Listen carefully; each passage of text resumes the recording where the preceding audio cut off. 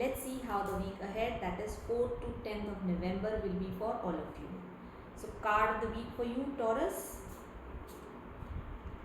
Okay, emotional control, emotional manipulation, हर चीज़ से आपको बहुत बच के रहना है, बहुत संभाल के चलना है, ठीक है।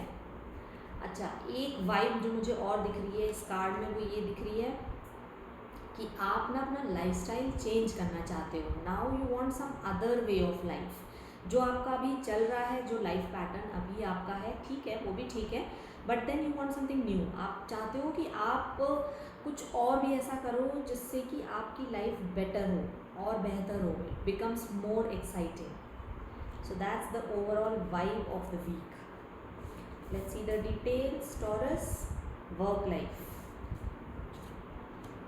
ओके, वर्क लाइफ में आप बिल्कुल बॉस की तरह काम कर रहे हो। आपको जो कहना है, जो आपकी ओपिनियंस हैं, आप बिल्कुल उसको सामने रखोगे और बहुत ही स्ट्रांगली सामने रखोगे। मतलब ऐसा नहीं होगा कि आप कहीं पे फ्लेक्सिबल होके सोचो या फ्लेक्सिबल होके अपने डिसीजंस चेंज कर दो।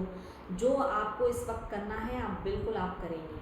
अच्छा, अभी अगर आपको कोई डिसीजन लेना है तो बहुत फेयर वे में आप लेंगे, मतलब नो चीटिंग, कोई इमोशनल ड्रामा नहीं होगा उसके आगे, या वो डिसीजन लेने में आप कहीं इमोशनल नहीं होगे। You will not be involving in any drama अगर आपको अपना कोई प्रोफेशनल डिसीजन लेना है तो। Okay, love life. Taurus, love life में पुरानी चीज़ों से बाहर निकलना है आपको। ध्यान दीजिएगा कि कहीं कोई बिटर कड़वे एक्सपीरियंसेस आपको कड़वा ना बना दें, ठीक है। उस चीज़ को आप अगर बैलेंस आउट करोगे then all will be well.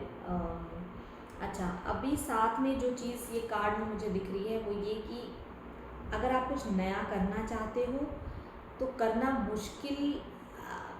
मुश्किल तो मैं नहीं कहूँगी, बट हाँ, कहीं ना कहीं आप अटकोगे पीछे। आगे बढ़ोगे, फिर पीछे जाओगे, फिर पुराना कुछ याद आएगा, फिर आगे बढ़ने का मन करेगा, देन अगेन कोई सेटबैक है या कोई एक चीज़ जो आपके दिमाग में फंसी हुई है वो आपको हो सकता है याद आने लगे। तो उस तरह से ना एक कॉम्प्लिकेटेड सिचुएशन माइंड में या फिर कहीं इमोशंस के साथ अटक गए, इस तरह की चीज़ें होती दिख रही हैं लव लाइफ में, ठीक है। अब मैं कहूँ कि कोई न्यू बिगनिंग का पीरियड है तो नहीं, न्यू बिगनिंग का पीरियड नहीं है। थोड़ा आपको पीछे भी जाना ही पड़ेगा, कहीं ना कहीं आप स्टक फील करोगे ही करोगे, ठीक है। अब जैसे ये फर्स्ट कार्ड जो आया था, जो मैंने दिखाया था कि आपको न्यू वे ऑफ लाइफ चाहिए, साथ साथ में एक इमोशनल कंट्रोल, एक इमोशनल मैनिपुलेशन आसपास से आता हुआ, या आपके पुराने जो एक्सपीरियंसेस हैं उनसे आपको याद आता हुआ, इस तरह से थोड़ा कॉम्प्लिकेटेड और फंसती हुई सी दिख रही हैं चीज़ें इस week.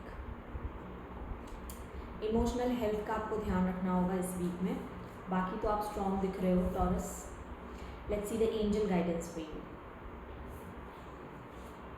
prosperity lies ahead, such a good indication from angels कि आपके फ्यूचर में प्रॉस्पेरिटी ही है। जिन चीज़ों को लेके आप बहुत सोचते हो, डाउट में आने लगते हो या कहीं अनईजी होने लगते हो, तो वहाँ पे आपको बिल्कुल ज़रूरत नहीं है। दिस इज़ द इंडिकेशन कि everything is good, everything will go well in future and it will be all prosperous.